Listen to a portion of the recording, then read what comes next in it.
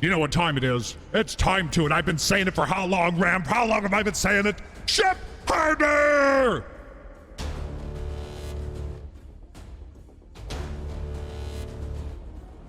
Welcome back, Battalion. I have got RamBam with me, and we're going to talk about shipping harder, why this is a good change. I'm tired of hearing about why this is a bad change. This is a great change. Let's be shipped harder. Ram, start us off. So, ladies and gentlemen, the reason why that this change is good, initially, there's been a whole bunch of backlash. The reason why this change is good is it stops the need for full clearing. And what I mean by that is you no longer have to anticipate getting a full clear to win. You can now look at your opponent and be like, they don't have the fleets that's going to be capable of clearing me because I myself shipped harder. Yeah. I know my opponent did not. Yeah. I can place my heavy fleets on defense. I know they can't get through. I now have an advantage because I can get through at least 2 of their fleets, possibly, maybe even all 3, and I can still full clear the rest of their zones and still win. 100%. I totally agree with that, Ram. It's if you do a little bit of homework, and for the most part, I mean, we'll get into it in a minute, but there's more to the GAC thing. But potentially, here's the bigger one for me. Potentially, this means more ship-based content because we don't currently, and I hear the gripe, there's not enough ships, there's not enough ships. There's enough ships. If you don't have to full fleet every fleet, you've got enough for 7 fleets. I mean, what do we have? 9 capital ships, 8 capital ships? But the whole point being there is enough if you're good enough. How's that? If you're not, get good. So, but the big thing for me is ship-based content is on its way. I know it. There's no way there's not. I'm very hopeful that there's ship-based content. Number 3, Ram. So, it's extending the life of the game by doing this, and by doing that, they're investing in this game. They have no intentions to shut down this game, and they're adding more. What is it? Content. They're adding more content to this game. Yes, it may not be the content that people want, but it's ship content. And for those people that do ship harder, you're going to hear us say that a lot. For those people that do actually ship harder, this gives them a profound advantage in the game and just definitely makes the game last for years to come. Here's a fact. This game has to make money in order to stay alive.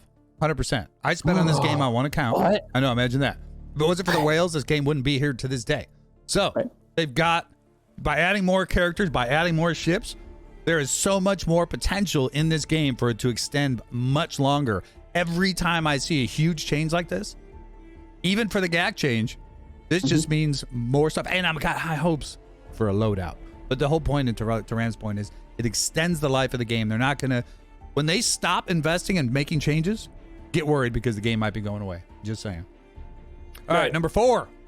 If you know, Ram, if you shipped harder, like I've been telling you for well over a year and a half, if anybody knows me, that is my motto. Ship harder, ship harder, ship harder. People are like, why are we shipping harder? And all of a sudden they come back to me and go, man, shipping harder is working in GAC. I'm so glad I listened to you. Hey, you're welcome, bro. You have the advantage. You have the advantage. Why do they have the advantage, Ram? The reason why they have the advantage is obviously, so think about it. Let's say you have Executor, and this has been for a year now. If you have the Executor, you can stop your opponent. Your opponent can't really do anything. There's counters, but then you can counteract that. We know that typically this Executor is going to take 2 ships to beat the Executor. Now you have to place 3 fleets on defense, so you're now effectively cutting them off from that because they can't beat your Executor if your opponent didn't ship harder. Gives you the clear advantage. And then, let's say you want to be a dick and you want to set Executor, Negotiator, and Malevolence down, for instance, and just completely block them. There's no way they're getting through because you shipped harder, they did not. On our baby accounts, how many times did you set a meta ship on defense because your opponent didn't ship harder, and then all you had to do was block the bottom, and he could only get one zone? 90% of the time on my baby account. 90%. Right. On my baby account, I had Negotiator. Most of my opponents at that level did not. Yep. So what did I place? Negotiator. Yep. What could they not get through? Negotiator. And we win the majority of them, 100%. Number 5, Ram. Number 5. So it allows the more skilled and the balanced players to rise up higher into the higher ranks of Kyber. And by that, I mean, if you have the roster that's capable of beating these ships, or key fact, or you have the roster that's capable of producing the counters to these ships, because not everything requires an Executor mirror match. You can beat the Executor with, let's say, First Order, for instance. If you went in with the Echelon and you ship harder with that instance, then it's going to allow you to rise up above your opponent, even if your opponent beats your ships as far as having the amount of capital ships. You don't need full fleets for this if you use your skill and your knowledge of the working counters to beat your opponent. The expression goes, the cream of the crop will come to the top. So this was another way to separate.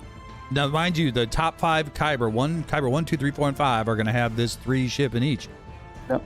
Everybody who shipped harder is going to have a little bit of an advantage. But the other part being anybody who's got a skill set and understands ships at all is going to have an advantage. So it's going to be a climb time. All right, number 6.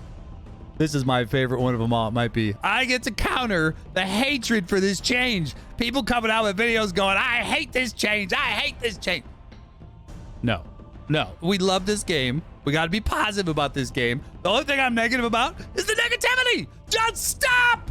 Ship harder. That's all you got to do. Ship harder. I will say I'm negative. And the reason why I'm negative for partly is because I do think that this change should only be a Kyber 1 thing, not a Kyber 5. However, I also want to dig in on that just a tad.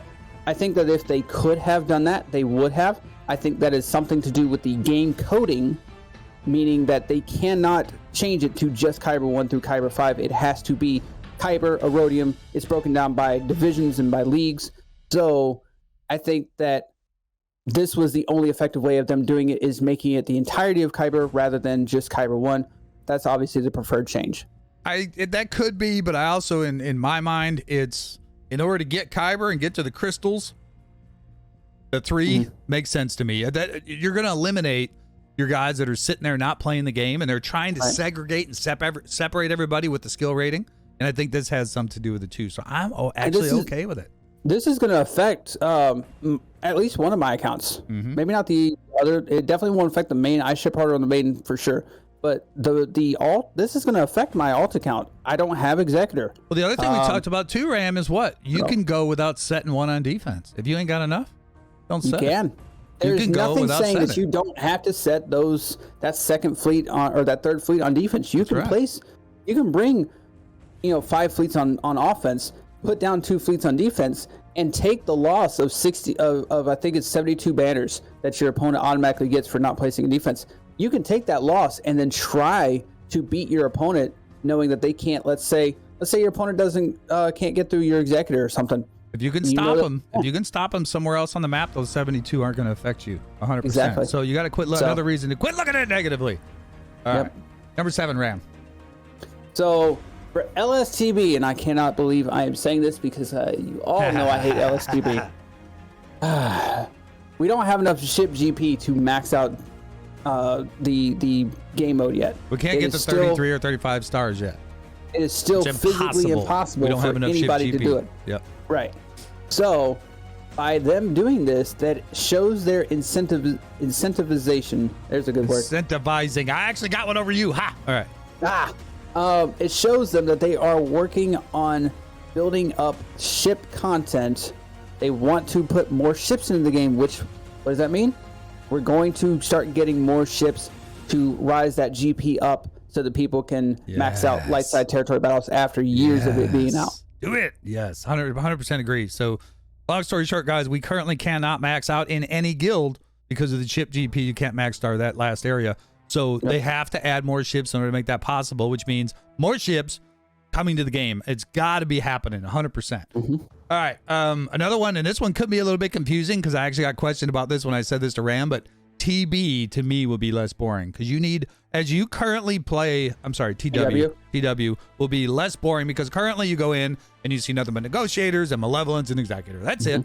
That's it. That's all we see. Now, with more ships coming in, we get a change up. We get more value. We get more things to look at, different ships. You'll start seeing Finalizer, Home 1, Executor, Radish. You'll start seeing those on defense, especially with the Echelon coming in the game as well. So by getting more ships, we are going to be seeing a less boring TW here in the near future. Just my Oh, thought. absolutely. Because here's what's going to happen, right? Is for so long these people have known I only need 2 ships to put on defense. I only need 2 ships to beat people on offense. Maybe 3 if I'm unlucky. And so these are my set fleets. I don't care about the resistance. I'm going to ignore the resistance fleet.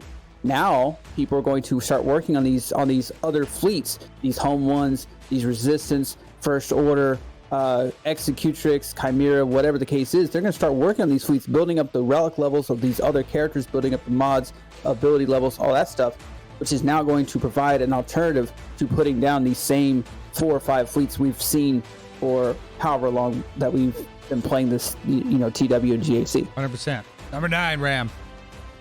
So number 9, forcing you to ship harder makes you competitive in TBs and provides you the opportunity to be an instant good guild mate. That's right. I'm going to say it right off the bat. When I go into TWs or into TBs, I know going in, I've got a great shot of having great success because I ship harder. Now, if you're looking at ships or you're doing it, get on it. That's all I got to say. Sorry, go ahead. Yep. No, I mean, absolutely. It's, that, okay, I have the Executor. I'm going to be able to 4 out of 4 or beat every single combat mission in TB. I have the Negotiator completely maxed out. I'm going to be able to beat every single combat mission that's in light side territory battles, provided with the exception of, I think, Phase 4 is still giving a lot of people trouble. But either way, right, you having good fleets allows you to know what you can and cannot do in TB, rather than I have the minimum amount of fleets required. I can't do anything. By the way, Ram, you can platoon your Houndstooth and still use the Executor without it and get a win. So yes, you can. Start platooning your damn Houndstooth. God, this guy. I did it myself. You don't platoon nothing. All right. Number 10. Platoon my Houndstooth. All right, we're getting off topic. Forcing you to learn how to play ships is a win-win. Now, you think the game is great because of characters. You think you're a great GAC player. You're wrong until you learn how to play ships. When you have the skill set and the confidence to go into any ship battle, I'm not saying even I do. There's a lot of new ships coming in there, still learning myself, but the more you know about it, the better off you're going to be, the more crystals you're going to get in the end, the better you'll be in TB, TW, etc. So it is a win-win. Absolutely. Last but not least, I lied. This is my favorite one. You too can learn to say and earn the right to say, ship harder. I ship harder. That's right. Thanks for joining me, Ram. Get that Absolutely. positivity back in this community. That's what we need. That's right. Get it to them. We are 1 battalion strong. 1 battalion strong. See you guys. Oh, and don't forget, hit the follow button. Peace. Ship harder. Yeah. They need to learn how to ship harder, Ram. Gotta make sure to put them gold mods on their characters. We should have told them that too, shouldn't we? Yep. Get that shit in here.